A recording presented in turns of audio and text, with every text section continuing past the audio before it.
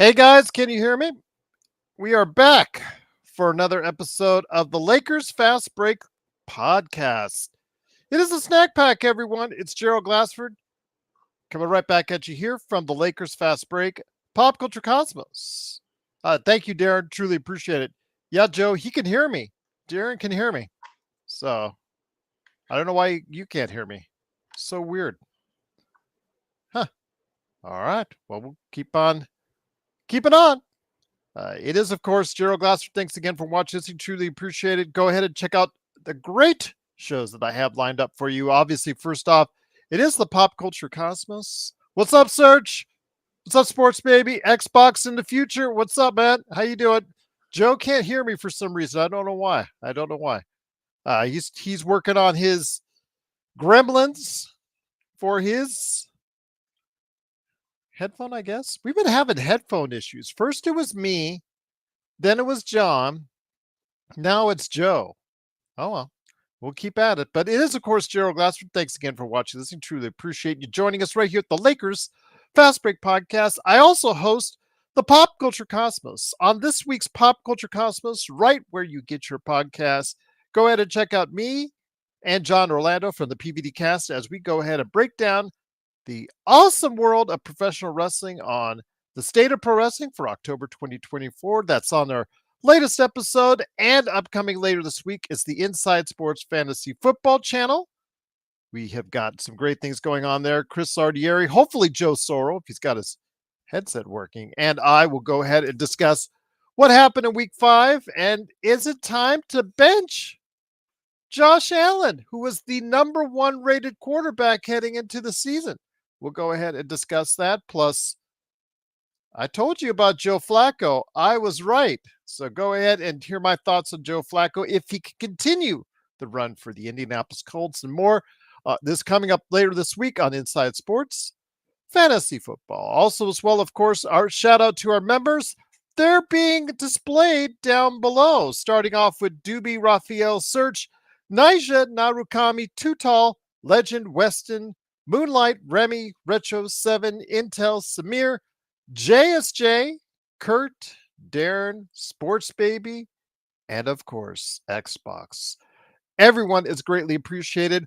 What you get as far as for $2.99 a month, you not only get emojis, you not only get badges, you get inside notes on when we go live on the air for the most part for our shows, and you get that ahead of time. Plus, you get special treats like upcoming later this week. I will bring you my Lakers preview.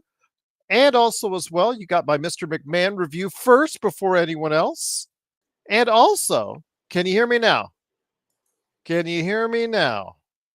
He still can't hear me.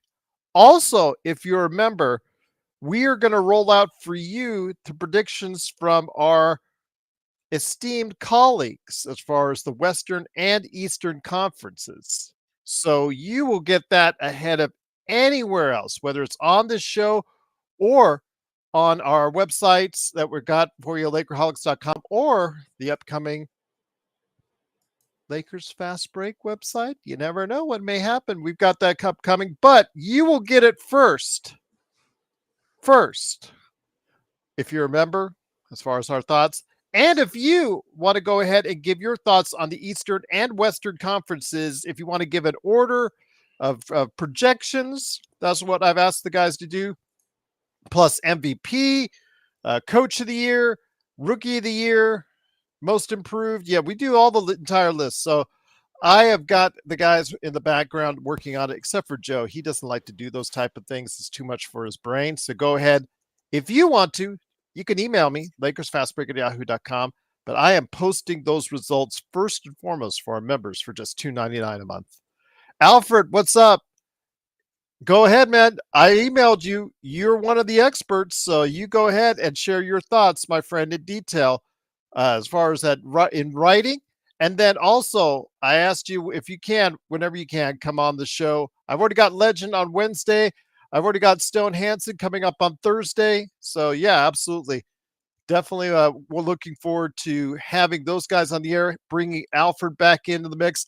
I've also got a special interview I'm trying to line up for next week for you guys that are doing fantasy basketball. Plus, We are doing a fantasy basketball league once again this year. I can do more than one. It all depends on your interest. So email me your interest, LakersFastBreak@yahoo.com, and I'll set up a league here in the coming days as well. A lot of stuff to go on, but also want to give a big shout out to the Lakerholics crew for Lakerholics.com, Laker Tom, Jamie Sweet, and Michael Heinrich. Of course, John Costa, Clutch Talk and Lakers Corner.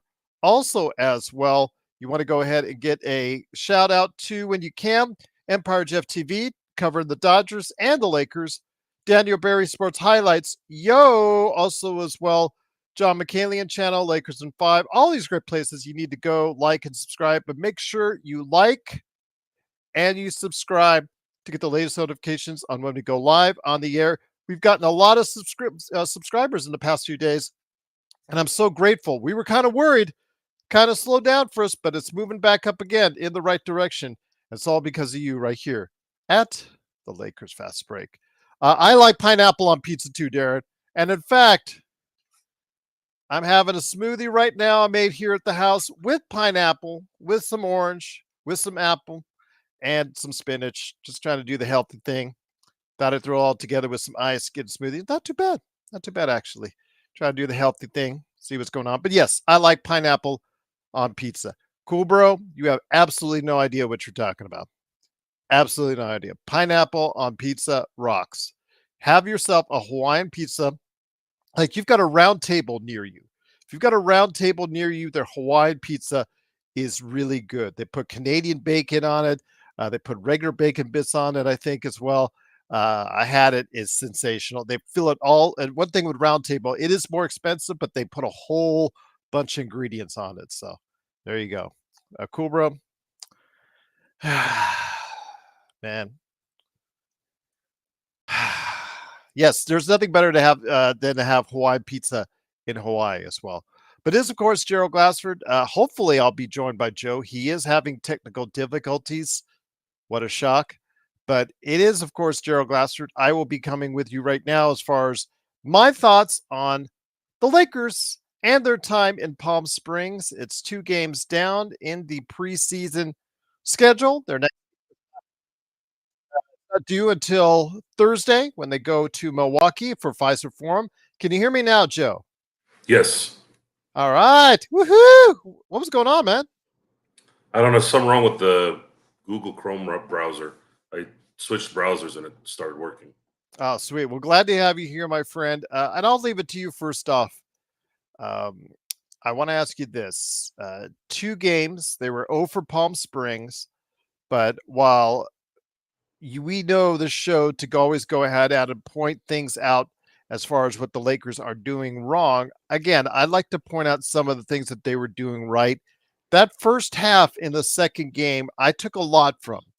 It took a lot for me as far as where I think this team stands as far as the competitiveness that they have, the fact that if you have a healthy starting 5, they can compete with a lot of teams out there in the NBA. That's not the best by any stretch of the imagination, but it's a team that, if it stays healthy, Joe, can at least maybe see its way through to a playoff spot. No, I'm not. No, we were healthy last year and they couldn't do it either. There's a Well, I said talent. playoff spot. Yeah, playoff spot is not going to work. They need home court. They need a top 4 pick in the playoffs. Otherwise, this becomes a redundancy that just never ends. That quote in itself is redundant. It's not. It's just not going to work unless they start getting some home court work in the beginning of the playoffs. If they're going to continue to travel right out the gate, it's gonna wear out. It's gonna wear out. And the other thing is, history has not been kind. It's one of the most destructive things in any sport, where in basketball you cannot do what the Kings did in, what was it, 2012? Yeah. You can't do what the Steelers did in 2005 when you go to win 9 road games. That stuff does not happen in basketball. It's happened once in 33 years, and I don't know when it happened before that. I'd have to go look at that. But the Lakers, and that probably wouldn't have happened if Michael hadn't retired, right? So that's always the case there. There is no way of this team being able to win a championship unless they get a top 4 seed. It's got to be in that area. They got to start at home, and they got to probably have home court in the second round too, to have a little bit of ease going into a 4-series run to try to win a championship. They could get lucky, like the Celtics did a little bit last year, where almost everybody they played during the setup was hurt. One of their main guys was hurt. The entire East run was one of their main guys of their opponents was hurt. The Lakers stayed healthy last year. We've said this before. They stayed healthy. LeBron and AD didn't have any debilitating injuries all year. They shot relatively well, especially the last 3 months. What they can't do is they don't have enough horses. And when you don't have enough horses and you're putting out all that energy, that's probably why they're not able to get to those rebounds and have that energy. I was listening to the Empire Jeff show earlier today, and he had mentioned how Austin Reeves looks a little bit leaner, not as doughy. Now, looking at the Palm Springs game, the game against Phoenix, he was trying to shoot like Steph Curry. The only problem is he didn't do what Steph Curry usually does, which is make shots. It serves no purpose in doing all that if you're going to miss shots. And on top of that, you're going to expend a lot of energy to the point where you're going to just put yourself in a bad position to not be able to do the little things, which is what the Lakers have failed to do the last few years. The Lakers have two things that they have to do here to have any shot of competing for a championship. Number one, they have to upgrade the roster. They have to get at least one more perimeter guy that can ball, and they need a center. They need a big that can spell, at the very least, spell Anthony Davis for about 15 minutes. If they can do that, and then all the ifs and the ifs and the ifs and the ifs work out, sure, there's a chance there. There's a chance there. Once again, it is the Lakers Fast Break. It is Joe Soro along with me, Gerald Glassford. Thanks again for watching, listening. Truly appreciate it. So there are some issues, Joe. Like you said, if the Lakers get hurt, especially in the starting 5, there's some issues. There's some problems. Of course, with Vando and Christian Wood already out, didn't set the tone exactly in the greatest way possible to have the team fully healthy, because of the fact that they're already starving at depth at this point right now at every position. I mean, backup center is an issue, backup forwards an issue, backup guards are an issue. We have a lot of question marks at every single position as far as what we have coming off the bench. For every Max Christie supporter, there was yesterday's 3 for 14. For every Dalton Connect supporter, there was yesterday's 6 or 7 points that he got on not good shooting. Gabe Vincent, you can see Gabe Vincent has some moments in him, but he's probably going to be very limited in what he can give you, because he's that greedy kind of guard who is going to try hard, give you great effort, but I don't know how much he can really do for you based on what we've seen so far. It's just, there's so many question marks as far as having this team be able to compete. You're right. It is an 82-game season, Joe. And if the Lakers do have any stretch of time where LeBron and AD are injured, it's not going to look good. That's for sure.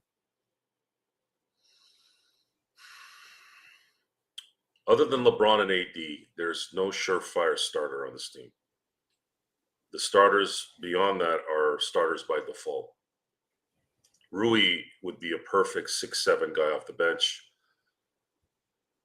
D'Angelo Russell would probably stack six men of the year left and right if he was on let's say a Denver team. Yeah. If Reeves has a lot of good attributes of a starter, because he does have leadership skills. He's acclimated to LeBron's and AD's aura and stardom or star power. He has his moments where he can hit open shots. That's the thing with Austin, is if he's in rhythm and he's open, he generally makes it. But a little bit of resistance is where he starts to get into problems. And catch and shoot, I'm not sure that's going to be a smart way to do business there. You saw a little bit of it yesterday.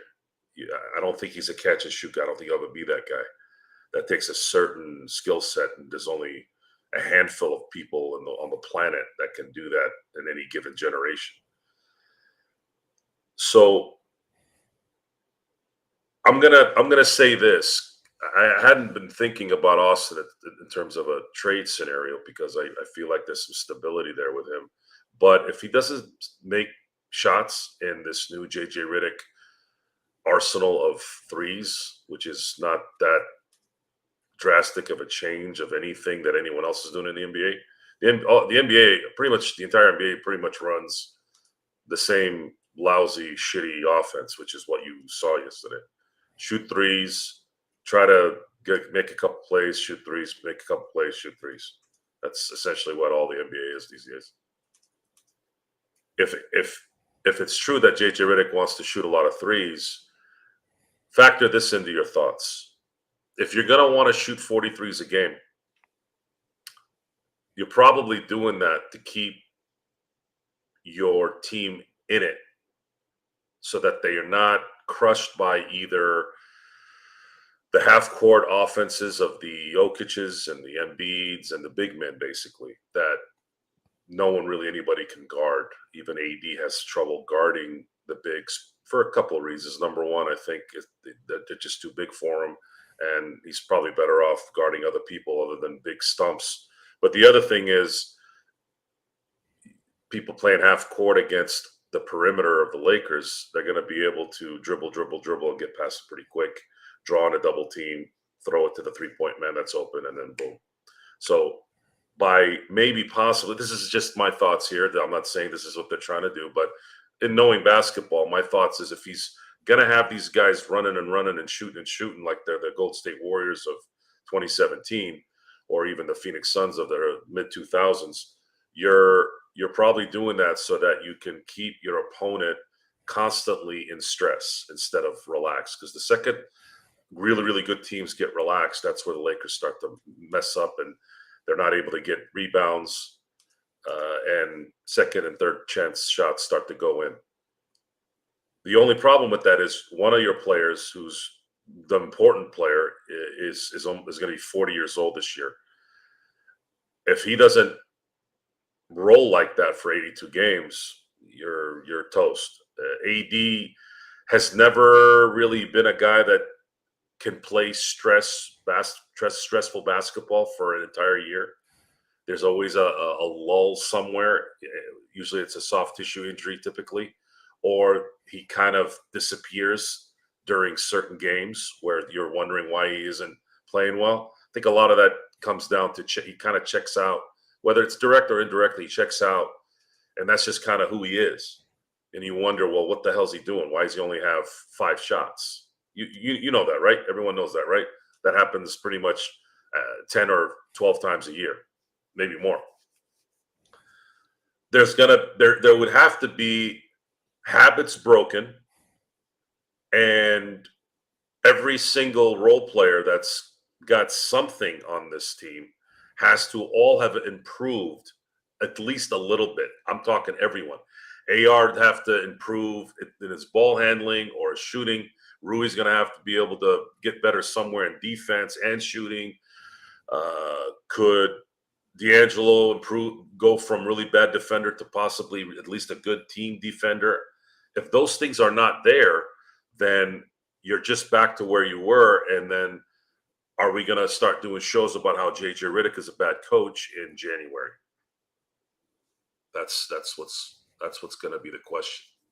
Well, you know this league, Joe. And once again, it is the Lakers Fast Break with Joe Sorrell. It's Gerald Glassford. Thanks again for watching this thing. Become a member today for just $2.99 a month. Please like and subscribe. You'll get the latest notifications on when we go live on the air with the latest Lakers Fast Break.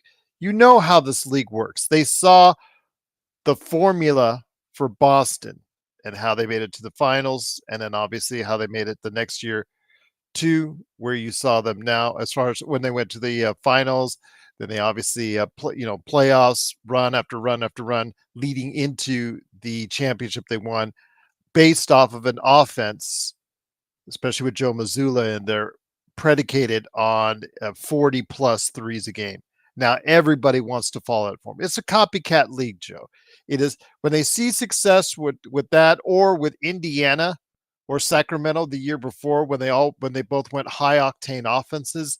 Now everybody wants to do a high octane offense. They're just it's all a trend setting, Joe.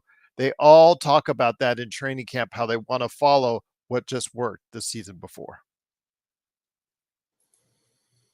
Damian Lillard talked about this, I think, in an interview a few years back. He said they tried to run a traditional offense where they weren't shooting threes all over the place, and they found themselves just getting behind real quick. It's the way the game is set up now. The unfortunate situation there is there was a little bit of a stoppage in 2020.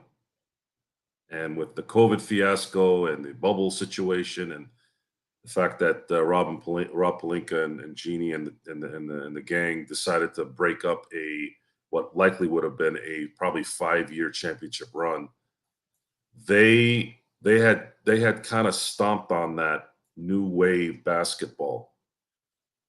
They stomped on it a little bit in 2020, and I was very encouraged after they won the championship.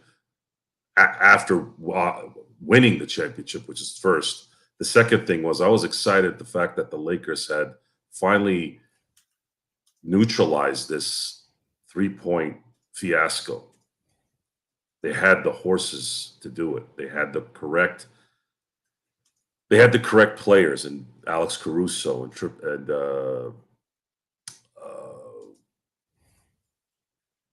KCP. And Kuzma, as much as he was struggling shooting, he enhanced his defense a little bit. You had Rondo, who had his one last hurrah. And then, of course, you had AD, who absolutely got mother effing robbed for Defensive Player of the Year that year. And, yeah, it came back. It came back because maybe it's just an easier way to coach. I don't know. I don't really know what the answer it is, other than this is just what we have to deal with. But the problem, if you're going to run that kind of offense, you're going to run that kind of philosophy, you got to get the right tools to run it consistently and not have it break down on you later in the year. So I ask you this, my friend, what are your lasting impressions as the Lakers have now left Palm Springs 0 for 2 as far as, on the preseason so far? Basically only one impressive half out of that whole entire mix. And that was done by the starting five. The young kids, again, mixed results. Max Christie and Dalton Connect gave you a really good first game, but couldn't follow it up. Bronny James is an absolute disaster. And the media, my gosh, I did a Lakers search. I just typed in Lakers like I do every day just for the latest news to see if there's anything I could go ahead and draw for the show. And of course, there are 5 articles that immediately pop up from places all around, even larger entities, Newsweek, Sports Illustrated, stuff like that. How did Bronny do in his second game? How did Bronny do in this game? How did Bronny do in his latest game? How is Bronny doing? It's nauseating, Joe. The guy was an embarrassment as an NBA player in his previous game. I don't care that he did share the floor with his dad. That's great. History made, blah, blah, blah. He embarrassed himself, the Lakers uniform, and the league with his performance yesterday. Anybody who says otherwise is kidding themselves. And yet we have to go ahead and hear all this continuously, and we will continuously hear this on throughout the entire season. But leaving Palm Springs, again, we're trying to find consistency that can help the starting five achieve any kind of success to get actually where you want them to be, to get, like I said, a top 4 seed in the West. But that really, really does not look like it's going to happen as far as that high of a ceiling for them this year.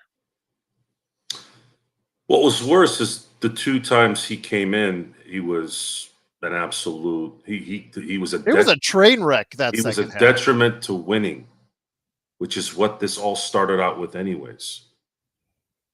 I wish this guy would just.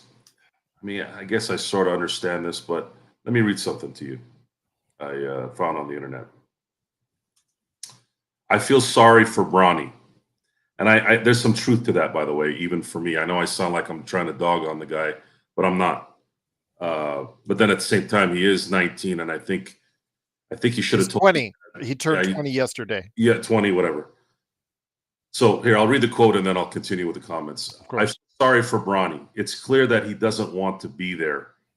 He's only doing it to satisfy his father's ego of being the first to play with his son.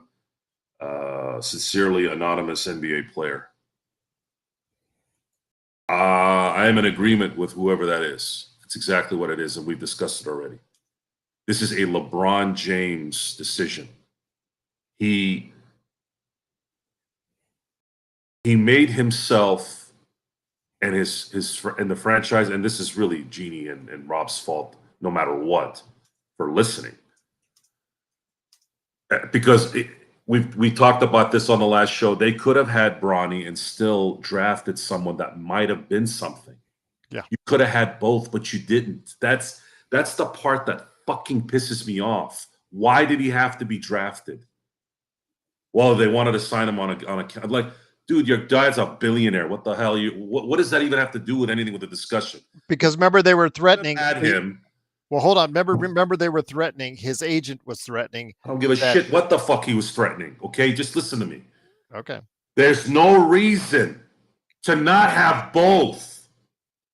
No one was drafting him. He's not an NBA player. You want to do a father-son dance, get him as a free agent, have your little holding the hand and skipping down the court for a game or two. I don't give a shit. And then you still could have drafted somebody that might have had a chance. You're talking about 60 players in the entire planet. You're telling me with all the history of what's gone on the last 15 years in the NBA, 20 years maybe even, with the international players out there, with the fact that your franchise has been really good at getting guys in that area, in the second round. And the irony of it all, the fact that you have a 3-time MVP that was picked in the second round, and I'm still hearing these assholes talking about we couldn't have gotten anybody anyway. That's what losers sound like.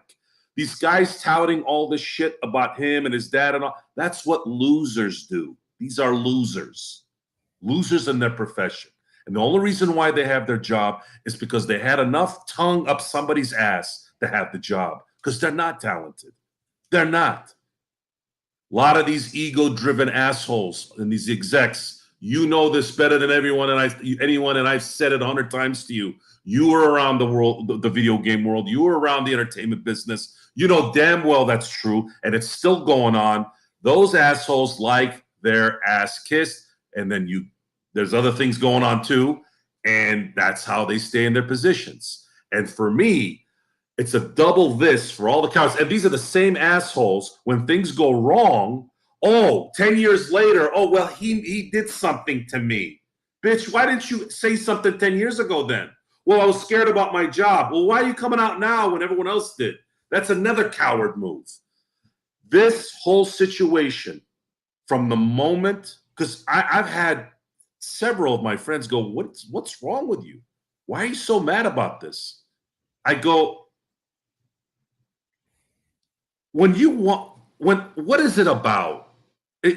Everything comes together. I don't understand this shutting off.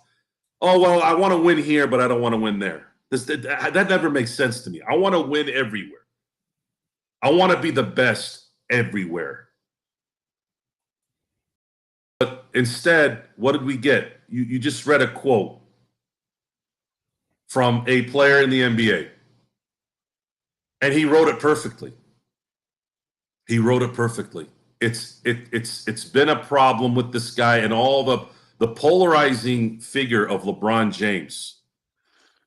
It's different than most mega superstars who have been polarizing. Okay, when you say polarizing, to me, I look back at Kobe Bryant. The reason why he was polarizing is because he was a mean person and he didn't talk to the media. And guys like J.A. Adonde and Plasky and all those guys and T.J. Summers used to talk shit because I think Kobe treated them like shit because that's what they deserve.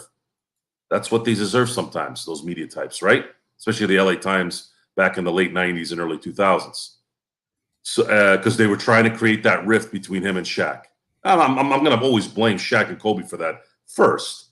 But of course, the media put the gas on it, right?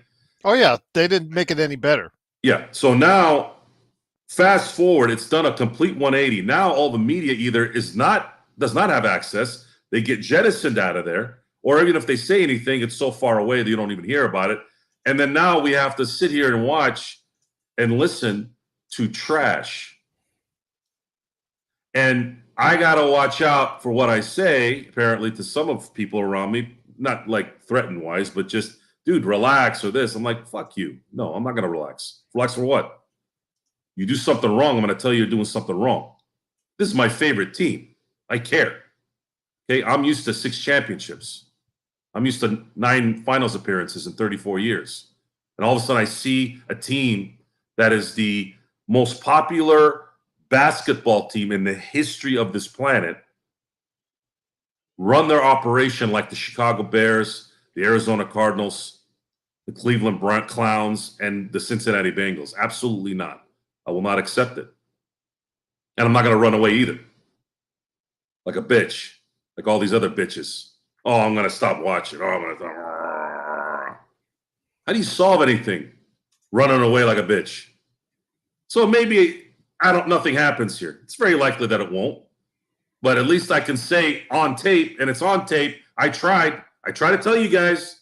I try to tell you, and I try to tell you some of the solutions too. The solution to this team winning, there's 2 solutions right now. One is going to be, you'd have to have it immediate, and one is going to be for the long haul. The problem is you got to clean house on one of them. And I'm talking clean house from the top. Or at least that person needs to say, I'm out of this. I'm hiring a VP of basketball operations who's going to run it. I'm going to hire an RC Buford type, and he's going to run this. And then you have the coach, like a Popovich. And then if you need a little GM action somewhere to throw that in there, cool. Let those guys run this team. You as an owner, go play with your puppies. Go get them dog food. Go clean up their shit when they shit in the street and piss on the street. Go clean that up. That's what you're good for. And then at that point, maybe we can get back to Lakers caring about winning instead of being a fucking daycare.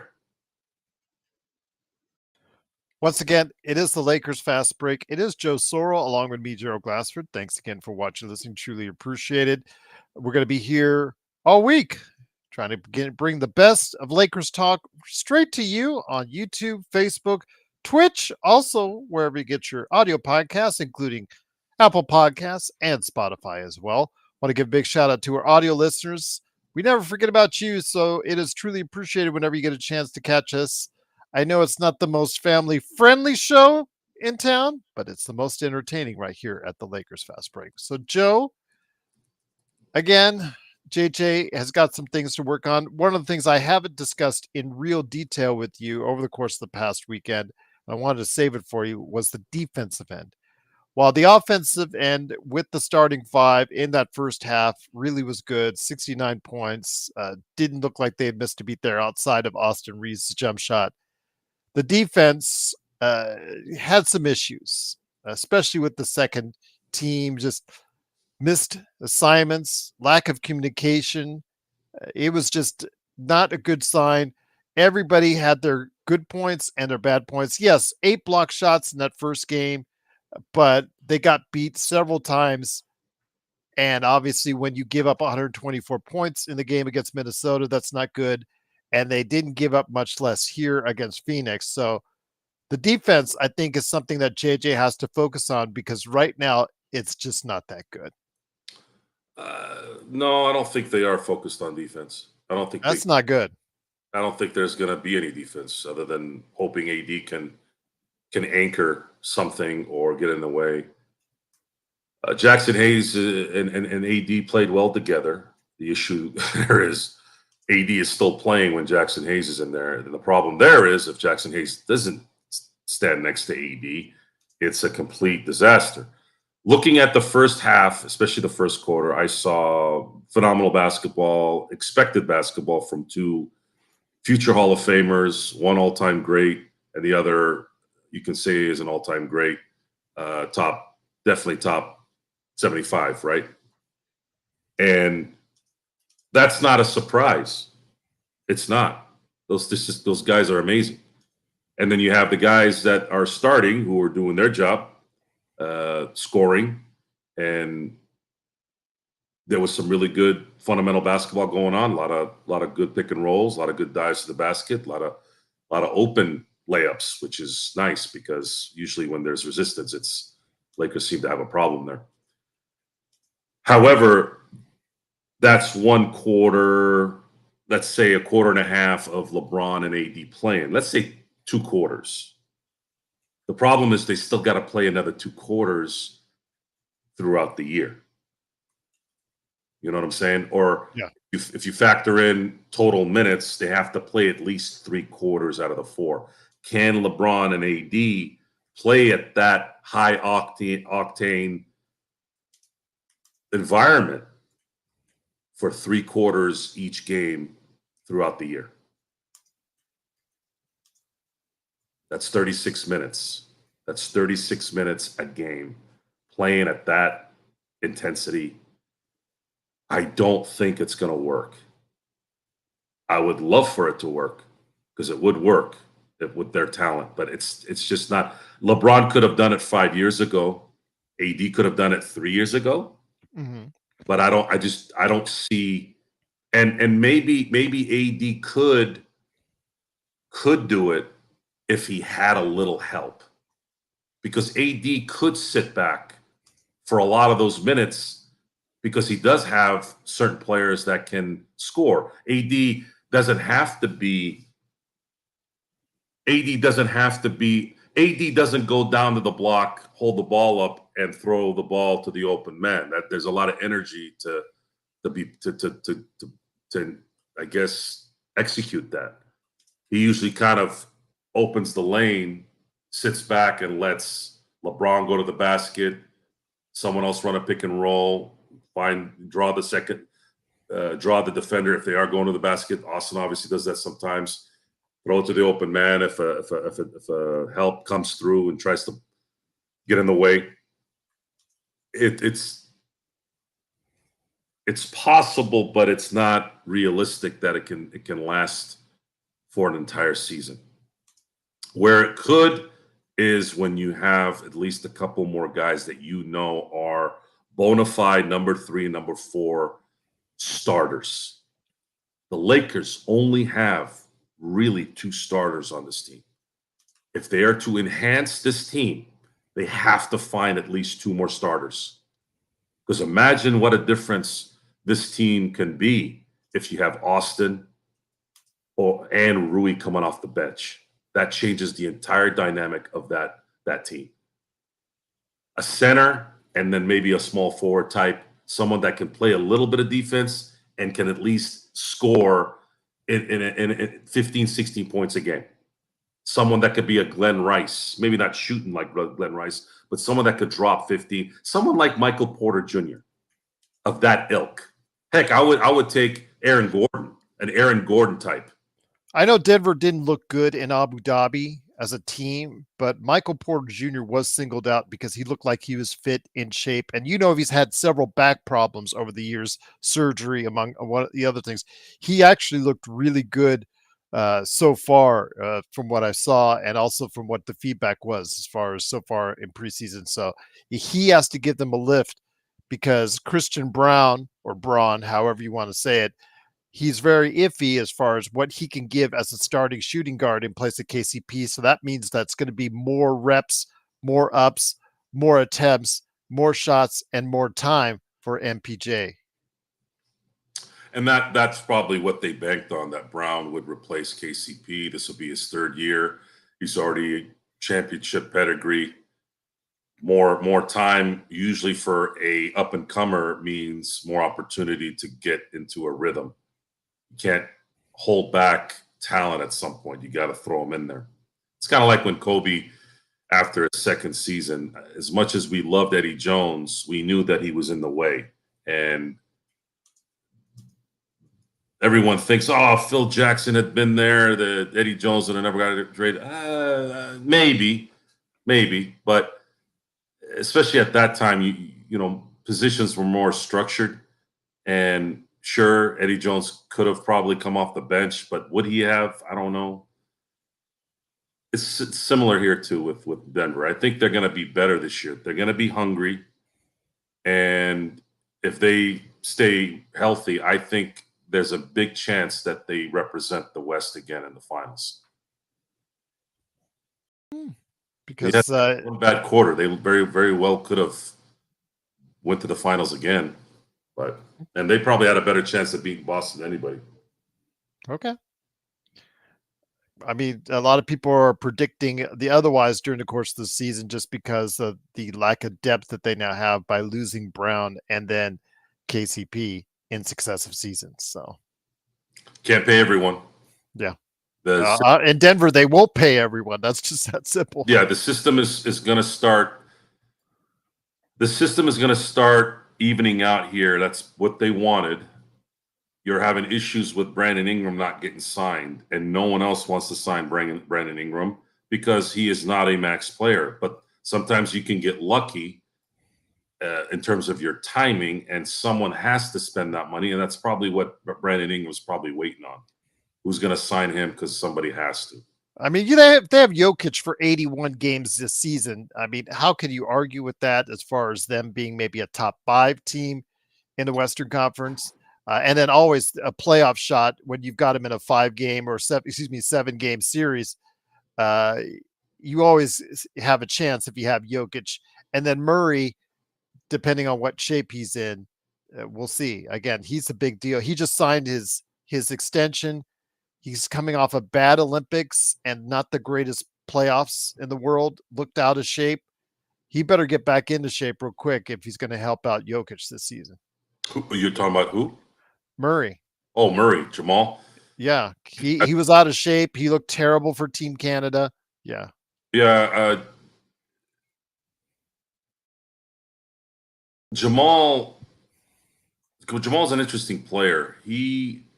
Yet they still rewarded him, Joe. Yeah, you have to. He's elite in a lot of ways. It's just, I don't know if his injuries are starting to catch up to him a little bit. Maybe getting paid and being a champion, maybe that plays a factor in terms of aggression, the want. He doesn't strike me as someone that is going to disrespect his team. I'm curious to see how he plays this year. I think he still has some goals to hit. He's never made an all-star team. Yeah. I think he should, if he is healthy and can be focused, I think he should use that as fuel to kind of get that notch under his belt as well. Dame Lillard was kind of in that same boat for a while where he couldn't make an all-star team just because the West had so many amazing guards. It's just you couldn't get it. Couldn't get on the team. Just not enough players. And looking at Dallas's situation, because they have young players and they acquired really good young players, I'm thinking without injury, because there's an issue with Luka that will at some point, unless he fixes it, become an issue, which is he doesn't seem like he takes preparation seriously. He's basically living off talent. But he's still young enough to where I think he can still do it at least another couple of years. So I'm actually thinking at this point, it's going to be Dallas and Denver battling in the West. I think Oklahoma City's probably a year away. Chet Holmgren is would have to be an all-star and likely defensive player of the year type for Oklahoma to put a monkey wrench in that. But I think they're another year away, really. I'm thinking Dallas and Denver are going to battle in the West. I think Luka's going to win his first MVP, barring any injury. And that's how that's going to play out. And then in the East, my instincts tell me Philly, if they still stay healthy, against Boston. They'll battle it out, and one of those two teams will end up in the finals. And then New York, if Thibodeau can put some brass balls in Cat's sack, they're going to definitely have probably one of the best offenses in the game. But with Cat, he gets injured very quickly. He's weak-minded. He's soft. New York is not going to be a good place for him if he does that too much. Otherwise, he's going to turn into, it'll be like a Giancarlo Stanton type in New York. He doesn't belong there. I remember that. Yeah, that's with Giancarlo Stanton and how that's worked out as far as that fit is concerned. But Yankees lost tonight because they were down 4-1. They ended up losing, right? Yeah. Yeah, that's what I thought. Yeah, people are so high. Oh, Yankees this, Yankees that. Oh, got to win your games just like the Dodgers. So there you go. Alfred, in the email, by the way, I don't know if you're checking your email, but there was an interesting thing that Henry put in there that I kind of tagged you on. So when you get a chance, take a look at your email in regards to the season predictions. He had something that was very interesting he added on that I thought you might like to see. But I will mention that search before we head on out as far as that's concerned. But getting to the Lakers a little bit more, again, I have some defensive concerns. I have some concerns with the depth on this team. I just don't know what's going to be made out of it because, again, Rob has backed himself into a corner with mediocre talent at best after player number 5 that's on the team. He is banking a lot on a 21-year-old and Max Christie. He is banking a lot on a rookie and Dalton Connect to pop and pop big. Joe, we've seen mixed results so far for Max Christie in an elevated role. We've seen mixed results with extended time for Dalton Connect in an elevated role so far in the preseason. Those guys are getting the bulk of the playing minutes. JHS has been very mixed so far. He realizes he cannot stretch the floor, so he's smartly moving in for some mid-range shots. He's distributing okay, but pushing the ball up the floor, and his defense, JHS, has been absolutely abysmal. He's like a matador on defense. That is his main problem. That's going to be a big problem for the Lakers if they want him to become the backup point guard in the league. The Lakers are riding a lot on these 3 young guys to start to pop as players out there and become significant contributors to this team. And they may not be ready for it quite as soon as the Lakers want them to be. Dalton Connect looks, in my view, of the short amount of time that I've seen him play, better than any of the young guys that have been here for a Friday, year. he looked great. Sunday was not so much. His release, his ability to get space. I wish he had hit that shot. That would have been poetic.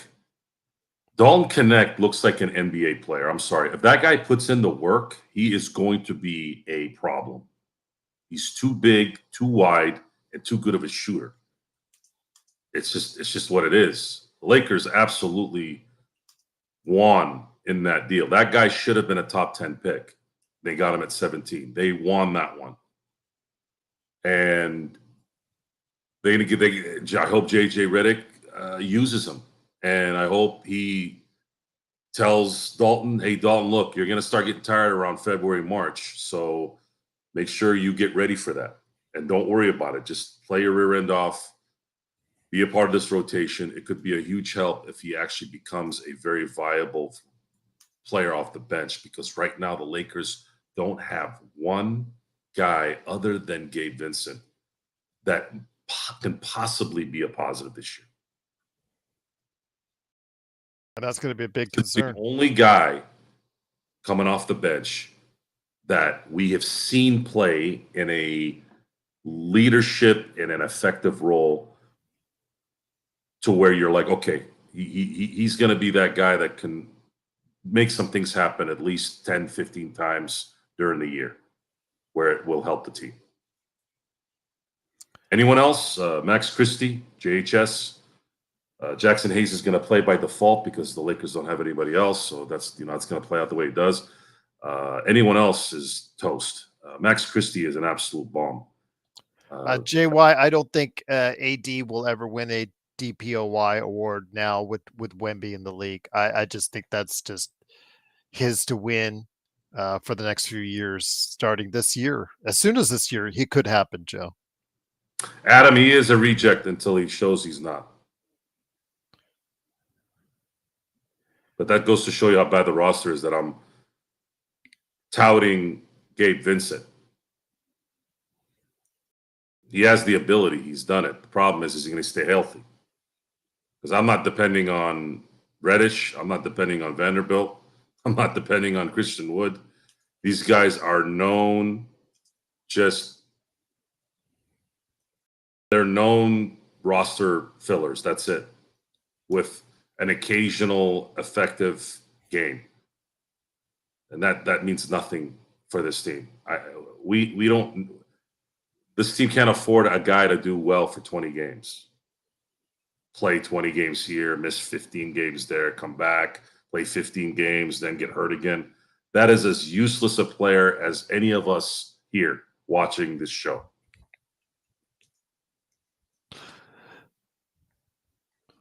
Xbox, you're killing it, Matt. You're killing it. I'm glad you're having fun out there where you're at down under, my friend. But once again, it is the Lakers Fast Break. Truly appreciate you joining us. JY, again, yeah, I just think to answer your first question, JY, for today, and I've got your one from yesterday. The first one from today is, again, with Victor Wembanyama in the league, I don't think AD will ever win a DPOY. Again, even if Victor doesn't win it this year, I just think somebody else like a Gobert or somebody else is just going to come in and take it ahead of AD. I just think that the Lakers will just not have a good enough record to support him being in a position where that's the case. With Victor, if he does get DPOY this year, it's because they had a dramatic improvement above last year in wins, and obviously his defense would be a great part of that. JY's other question from yesterday, if you want to comment on the DPOY thing, please, by all means, Joe. And then JY had another question from yesterday I want to hit you up with next. I'm going to really try and get the list. There was a list that I found, but none of it, some of it wasn't official. I want to try to get the official list of those who are voting this year, and we're going to monitor it throughout the year. These guys need to be called out for their garbage. They're worse than boxing judges these days. Well, the AI certainly agreed with you about as far as the Fred Hickman thing. That's for sure. Legend said Wemby might be in the MVP competition too. I think he'll get some votes. I think he'll be a top 10, maybe like a 7, 8, 9, 10. Unless if they get into a playoff position, Legend, yeah, he'll get MVP votes a lot more.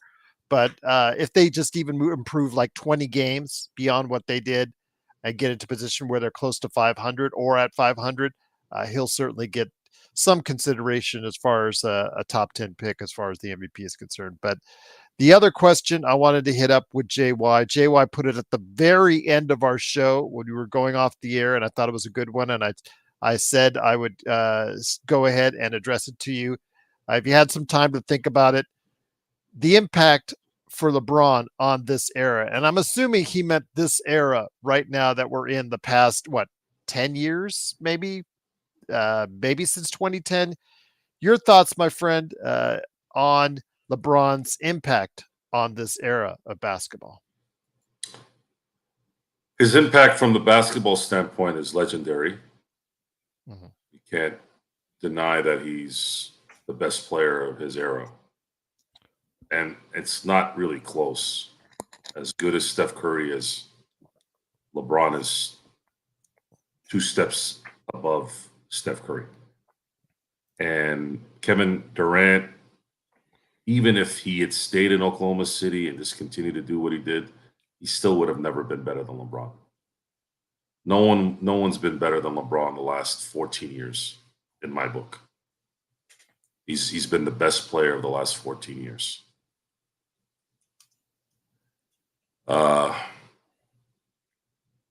As far as off the court, he's the J-Lo of the NBA.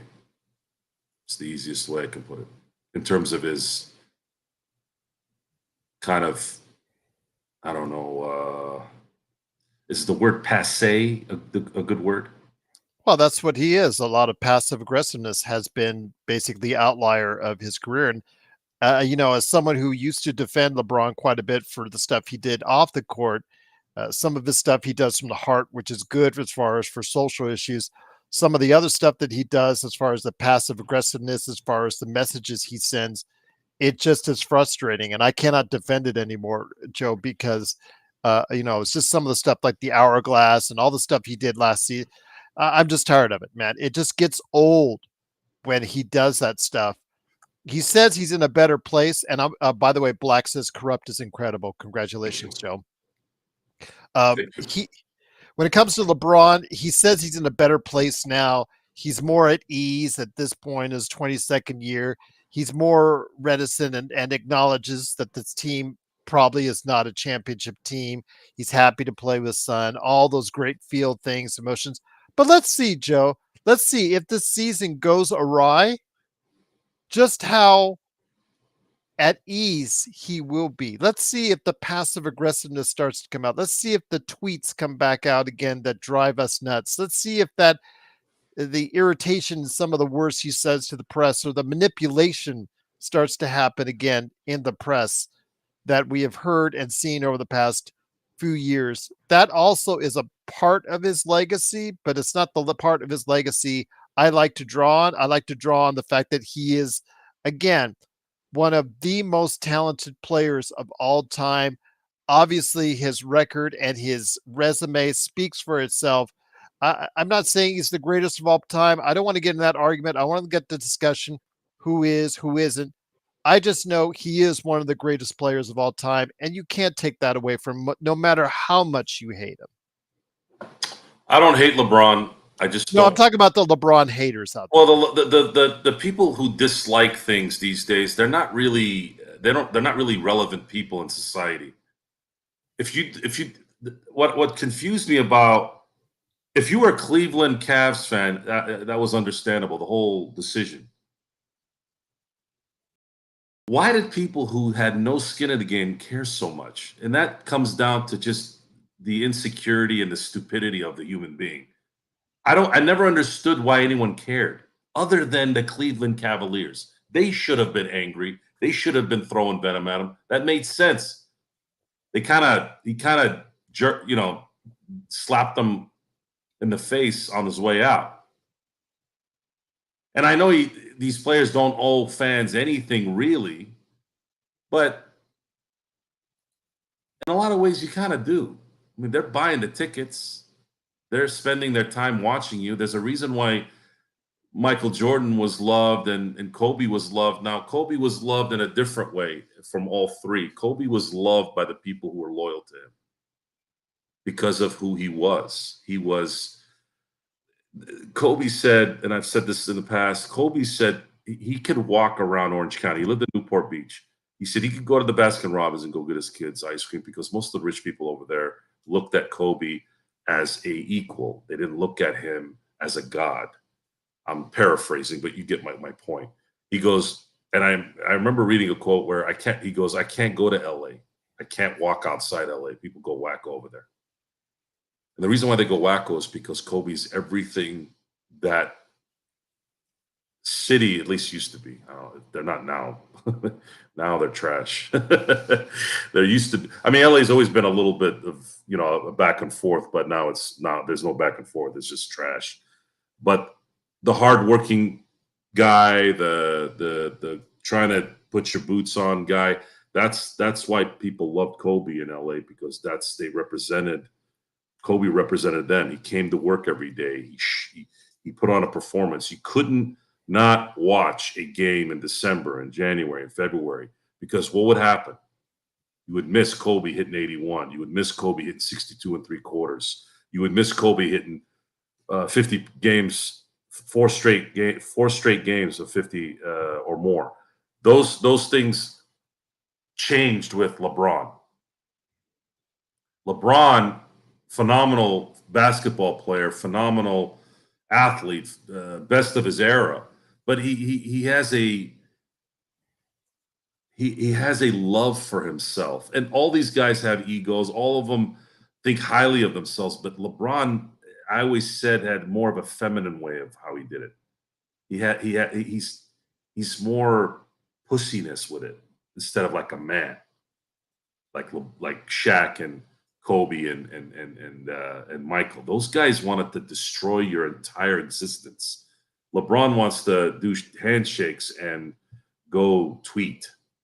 Just it's more a pussy way of doing it. So I don't relate to that. And maybe this era of betas that are out there are relating to it or related to him. But yeah, it's polarizing. I don't know if I want to use that word. He's not polarizing because a lot of times I feel like that takes some kind of intelligence to have that aura around him. I don't think LeBron is that bright. I think his intelligence is extremely overrated. In the way he articulates his speech, and the way his maturity, and how he delivers messages. If anyone thinks that's some kind of suave secret thing, I mean, to me it looks like typical teenage, bullshit. And that's the difference there. I don't know. That's the only best way I can explain it. So before we head on out, my friend, and once again, it is the Lakers Fast Break. Truly appreciate you joining us. Please like and subscribe to get the latest notifications on when we go live on the air with the latest Lakers Fast Break podcast. Don't forget, you can become a member like the great folks down below. You can become a member today to get emojis, badges, and special shout-outs, plus stuff that you get behind the scenes before anyone else. Go ahead and do that today for $2.99 a month as well. Wanted to go ahead and mention something that was talked about in the chat. It was announced earlier today, something that I had predicted, and pretty much anyone else could have predicted as soon as Woj announced his retirement. Shams Charania is now part of Team ESPN. He was signed to a deal earlier today and announced on his Twitter that he is now part of ESPN as their NBA insider. I think, again, the reason why at the time I said you could just set your watch to it, just count the days until they go ahead and sign or make an offer to Shams, simply because the fact that he and Woj were the guys doing all the legwork and have all the connections, and B, all those other reporters that work for ESPN on a local or national basis just don't have the type of ins that Shams or Woj do. And no matter how much you dislike their coverage or dislike the way they do things or dislike the fact that it's just a Twitter mentality and all that stuff, you cannot deny the fact that they have just more content than anyone as far as bringing you basketball news first. What basketball news? They break stuff sooner than anybody. What breaks? All the news, Joe. They News. usually announce it first. Okay. The cat trade. For instance, the cat trade was announced. The cat. So he breaks the news at 11:11 a.m. I'm on the toilet.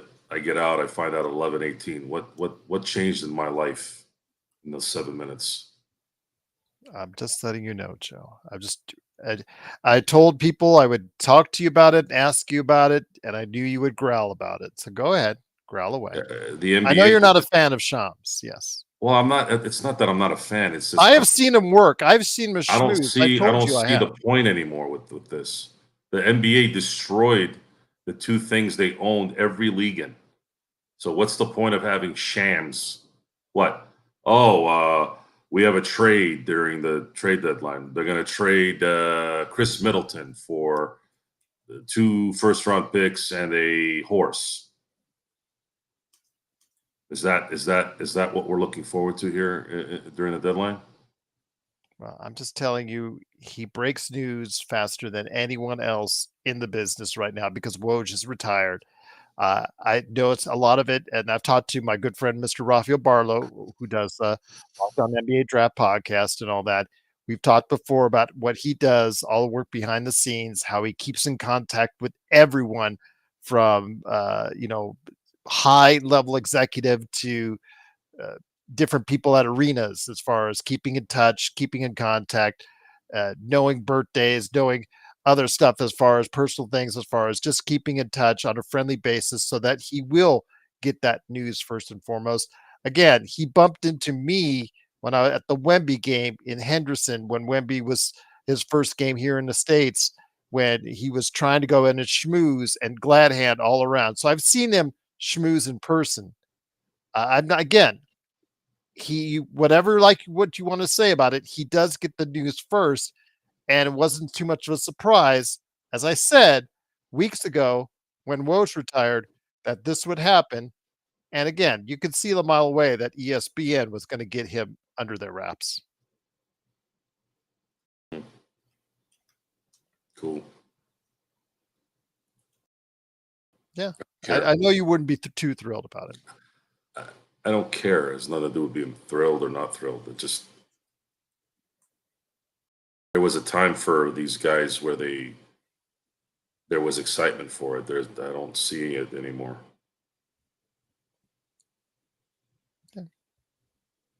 Because in this industry, That's how bad. That's how bad the NBA is right now. Talking about some schmuck who breaks the news of stuff of what. No one gives a shit about Karl Anthony Towns. It's basically every major news story now. He is probably the guy that's going to break it first. Yeah. Okay. Good for him. Okay. ESPN was the Roman Empire. For the best decade in the 90s. And then they slowly turned into, I don't know, what's a good example? San Francisco of today? Mm-hmm. Just a shithole? You've said that before. Mm-hmm. Oh, it was great. Berman and Tom Jackson, prime time. You had Dan Patrick, Keith Olbermann before he turned into a moron. Woo! Stu Scott was coming up. Linda Cohn. My God, it's like it was like the 27 Yankees for an entire decade of talented, well executed sports discussion, highlights. Everybody had their shtick. They made great commercials, funny commercials. Man, I don't know what happened, man. It's sad the way it went. It is what it is now. It's a different era, like you said. With social media, I think has a lot to do with it, because they don't have the need to. People don't have the need to go ahead and tune into Sports Center.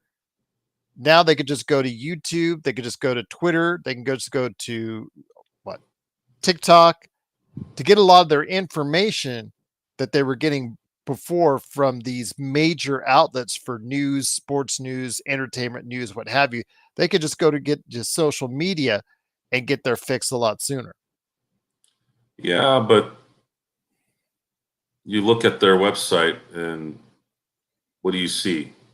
You see Stephen A. Smith with the same shtick, who waffles back and forth. That's the only problem with Stephen A. Smith. He waffles too much. And there's a shelf life for this business, and I think a lot of people stay on too long. I think the Colin Cowherds and the Jim Romes, I guess, they're still getting numbers, so I'm wrong in the long run on that. But I liked Colin Cowherd for the longest time, and then after a while, his stuff started to become stupid because he was starting to get really bad at how he looked at things. And then Jim Rome, I had listened to him in, I think, 10 years. The Jungle. Happened to tune into CBS Sports, and it's the same show from the 90s. Yeah, incredible. They don't change, Joe. These old radio personalities, they don't change. And then that disaster, Howard Stern. I still can't figure out why anyone listens to that giraffe. My God, that guy is garbage. I mean, he's sort of always been garbage, but he had a little bit of an edge to him that you kind of respected. But that guy's a piece of shit. Oh my God. Xbox says he likes Broussard. Chris? Yeah. No, not bad. We'll say that search that I'm going to try and reach out to ALF and see what we can do. Yes, Eric, you're more than welcome to come on the show. Just hit me up, LakersFastBreak@yahoo.com. Anytime you guys want to go ahead and do a show with us or just hop on and do a one-on-one, please go ahead and hit me up. I like to do it the formal way through the email than just doing it on the fly. I'm not, that's not worked out for us before. We've gotten some people sometimes that just, they're not ready for the prime time. So that's why I'm saying, Eric, I have seen him on Laker Girls, and he's been an outstanding guest, and he has deep insight every time he's here. So yeah, I'd love to get Eric on the show when he gets a chance. Same shout out for Xbox as well. Xbox, we've been asking. So yeah, you're more than welcome to come on. But yeah, Black says shout out to Howard Stern. So there's a fan everywhere for Howard Stern. I heard a story. He did just compliment you on Corrupt. So. I heard a story about Howard Stern that added more of the chode that he is. I heard his dog fell in the pool and was drowning, and he didn't go in and get the dog. Oh, that stinks if that's true. What kind of pussy ass bitch doesn't save his dog because he doesn't want to go jump into the pool? Oh my God. I don't know if that's true. That's what I heard. I mean, it makes sense. He always talks about his small dick and how pathetic he is, and I guess I can't argue against it. Xbox says he'll join us for a Friday night game, which is his Saturday, because he lives in the future for us here. So yeah, I always welcome to come on board, Xbox, whenever you get a chance. Yeah, all you guys are. Just give us a shout out. Let's set something up. LakersFastBreak@yahoo.com. Or if you guys want to send in your predictions on the season, I don't know if Joe will take the time to type anything out because he just usually likes to bark it out. Yeah, see what I mean? Waste of time. See what I mean? Predicting who's going to be the 7th seed? Really? That's why I contemplate. That's like predicting draft. It's a waste of time. But anyways, if you want to put in your Western and Eastern Conference predictions for the season, your season predictions, including MVP, Rookie of the Year, and more, go ahead, send it to us, LakersFastBreak@yahoo.com. I'm going to start giving our members the insight on some of our panelists who have already predicted what's going to go on this season. So I'm more going to give them the insight here in the coming days, and they'll get it first as a member for just $2.99 a month right here on the Lakers Fast Break. Serge, truly appreciate it. And that's saying something. Again, Serge, you're the best, as far as for modding out there. You've always been for all these Laker channels, and to call us the best Lakers channel, I cannot say that's a high enough compliment for us. And we take that very seriously, and I cannot thank you enough. That's just awesome, man. And when Serge says that with all the channels he does, including EJ's, that's saying something, Joe. I'm gonna cry, are you? No, but yeah, I can give you a Kleenex if you need it. I don't need Kleenex. Okay, all right. But on that note, it is the Lakers Fast Break. Truly appreciate you joining us, Joe. Any last thoughts before we head on out on the Lakers? What they need to work on in the coming days before they head to Milwaukee?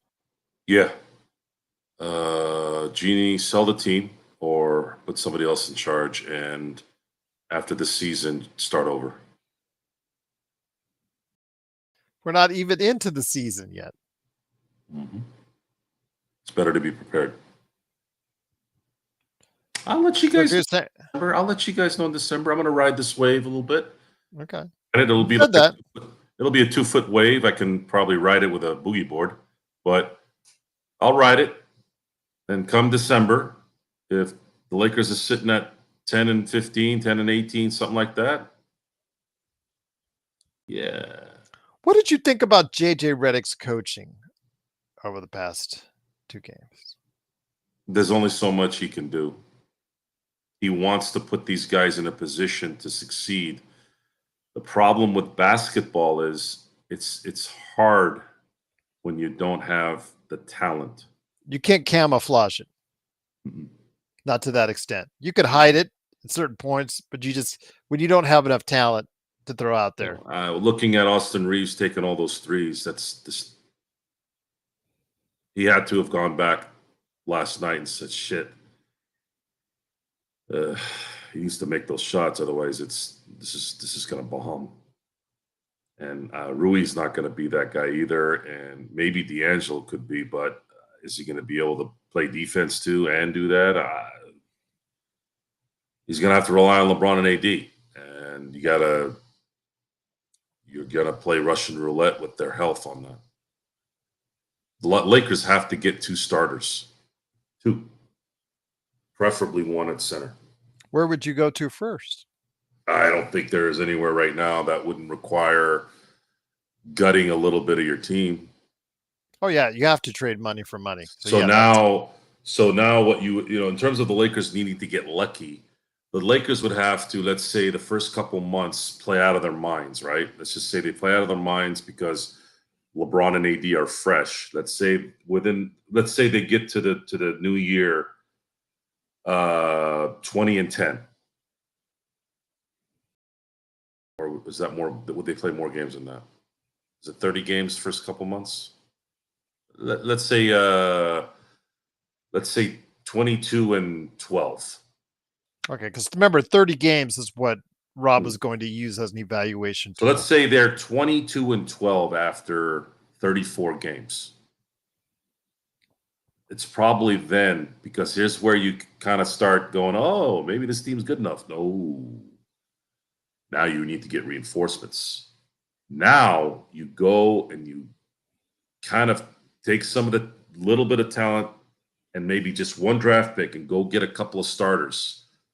And that probably have to be traded because of whatever reason the other team needs to get rid of them. And then you bank on those 2 starters with LeBron and AD and take it home from there. You're going to have to rely on those 4 to make a run and hope that you have a little bit of luck in the playoffs where you win a couple games here and there, maybe an injury on your opponent here and there, and then make a run. Because no one had any depth last year. You're starting to notice as things start to phase out a little bit with rosters because of salary construction.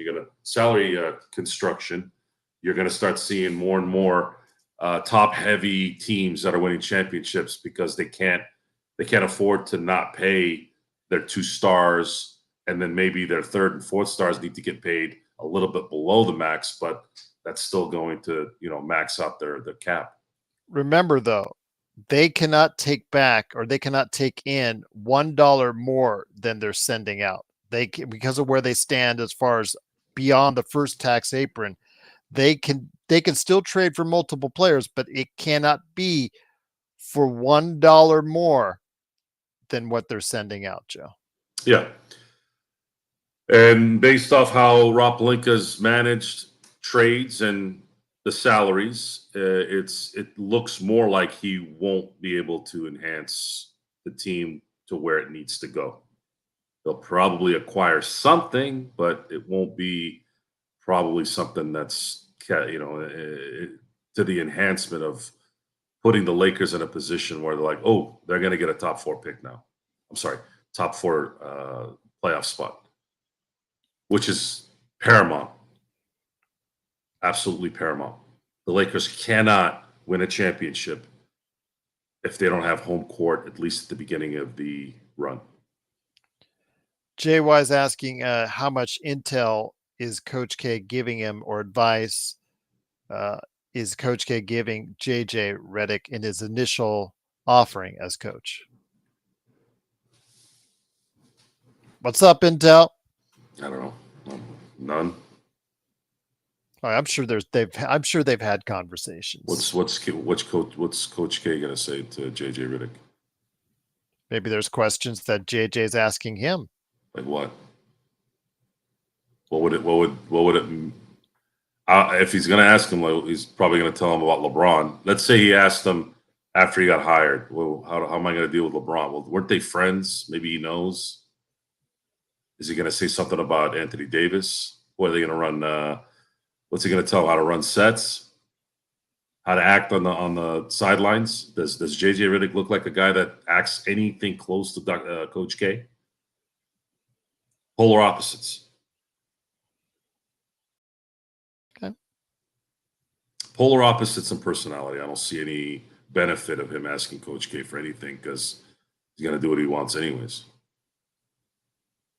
Ultimately, he will. And then one of the last things I want to ask you, JJ Redick, his conversations at times have gotten testy with the media already. I think this is a relationship that's not going to go anywhere but down and get a little bit sour as time goes on, depending on the individual media member with him.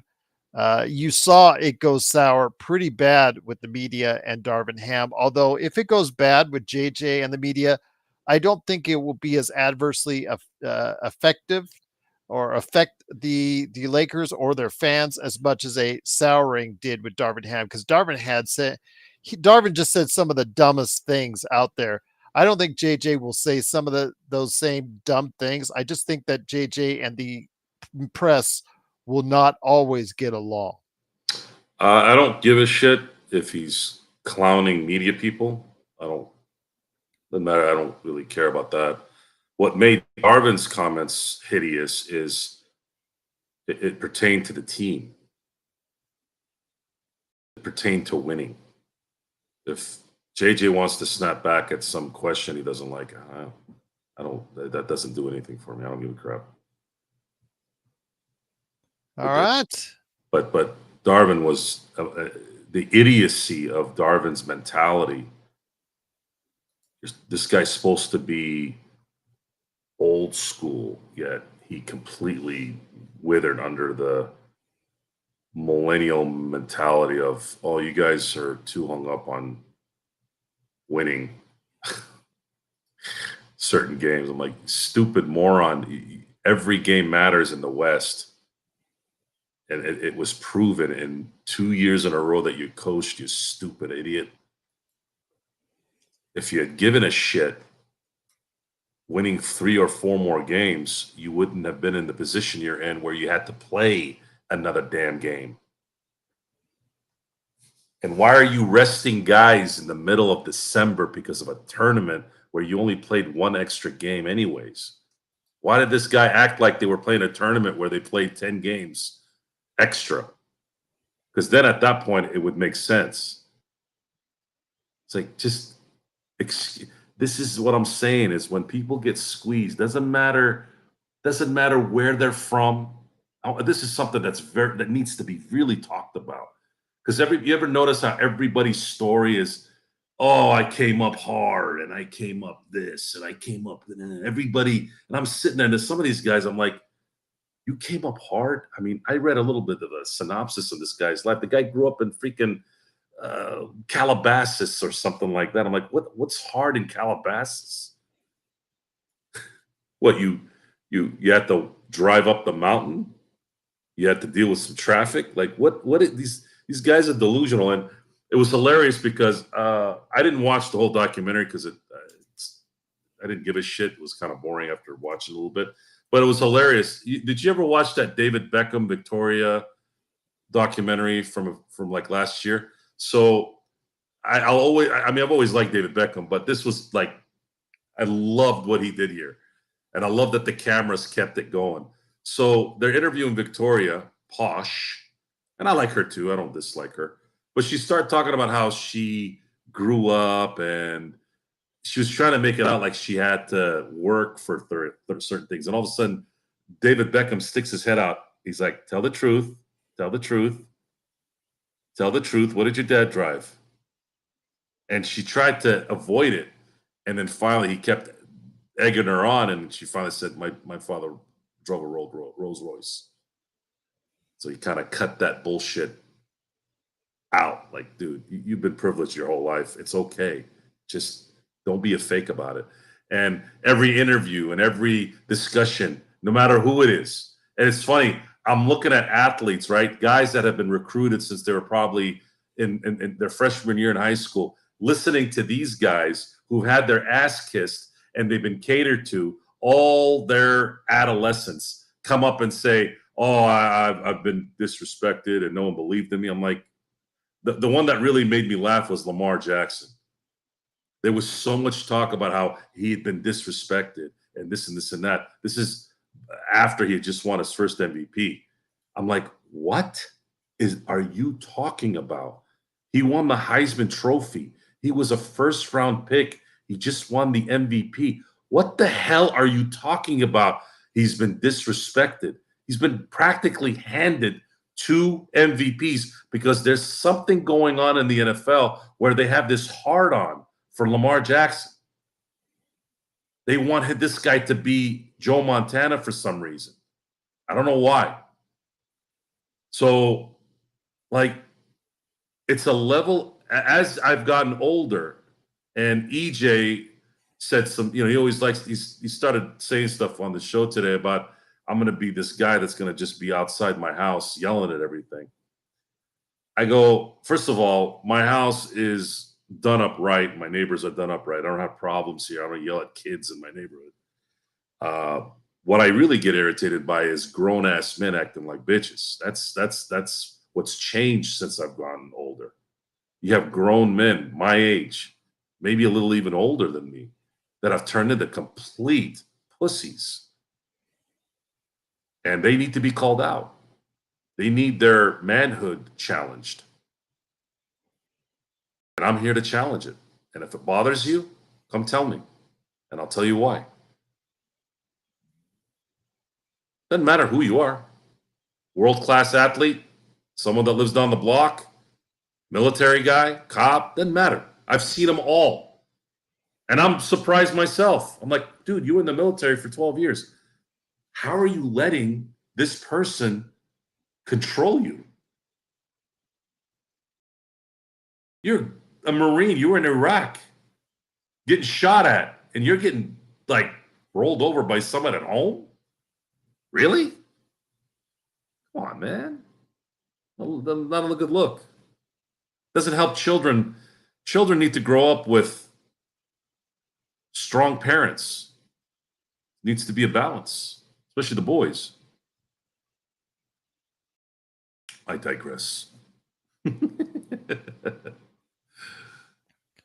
But it is, of course, the Lakers Fast Break. Truly appreciate you joining us. Tomorrow, we'll be back with more talk about the Lakers and around the league. And, of course, Joe and I are back Wednesday. I believe I've got Legend 350.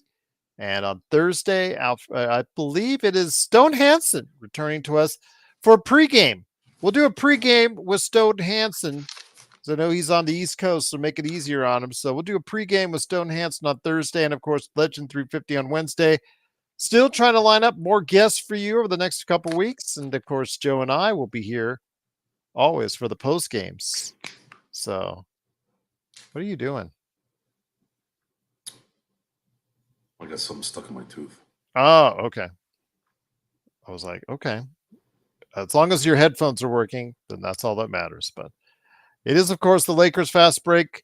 Don't forget to like and subscribe on the way out to get the notifications. Intel, so let me know you change your mind. Always got you here. We always appreciate everything you do.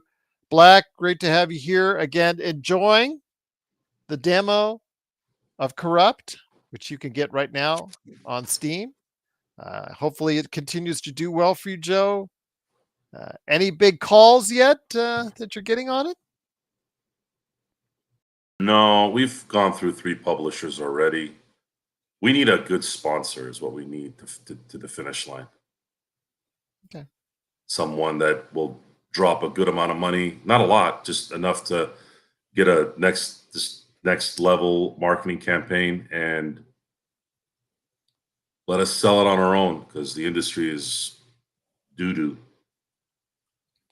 What's up, Jeremy? Great to Hey, have Jeremy. you here. On the way out, I am still watching From, just to let you know, based on your recommendation. Again, as I mentioned yesterday, that's it's a solid watch. Absolutely, it's got a lot of good horror vibes for a TV show. Yeah, as long as it stays on that track on the horror vibes, it's pretty good watch. Anything we're watching before we head on out that's interesting to you, Joe? Watching on the regular, Yeah, just watching regular. Just just reruns of stuff. I usually don't. I'm not watching anything new right now. okay, because I'm gonna try and see if I can catch the Menendez brothers doc on Netflix this week. As someone who lived in California during that time, it was obviously one of the more mesmerizing trials of its kind. So I don't know if I want to support this. Everybody seems to get their jollies off these stupid murder, serial killer garbage stuff. well, how does Dateline have an existence? Dateline has its own channel on smart television. Yeah, I think it's different when 24/7. I think it's different when they're solving crimes, but I feel like there's this celebration of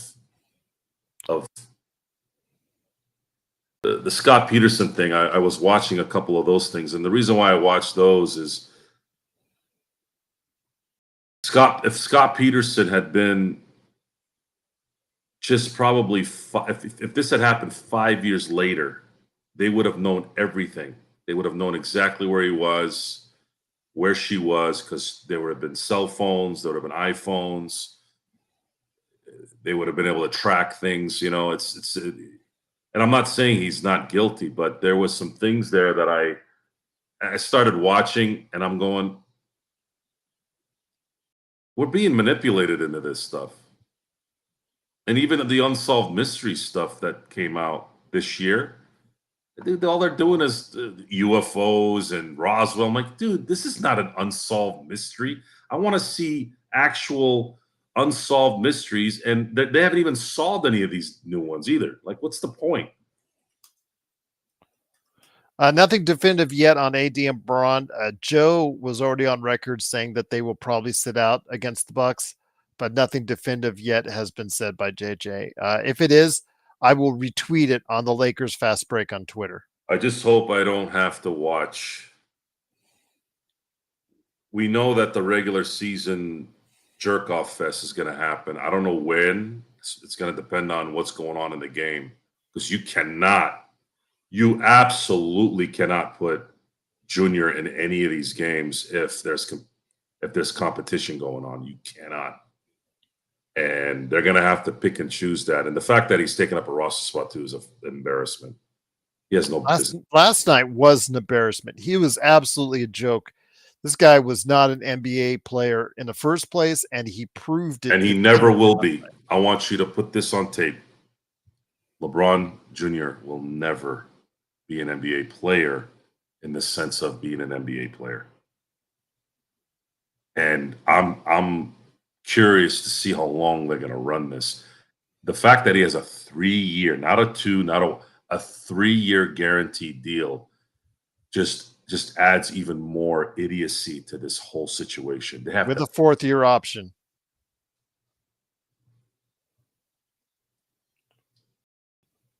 That's the last thing on my. That's the last comment I have. I don't want to go into another rant here before we go. Okay, keep it light, keep it good. All right. Once again, if you want to put in your season predictions, just send it to me, LakersFastBreak@yahoo.com. Be glad to join the mix. And coming up this week, you'll see some of our panelists' predictions they've already sent in, and I'll send it to members first. And you can become a member today for just $2.99 a month, indeed. So for Joe Sorrell, it's Gerald Glassford. Thanks again for watching, listening. Truly appreciate it. We will be back tomorrow for some NBA observations, give you a little taste of what's going on around the league. And if there's any updated news from Shams Charania or anyone else on the Lakers about the Lakers, we'll go ahead and make sure we get it to you right here at the Lakers Fast Break Podcast.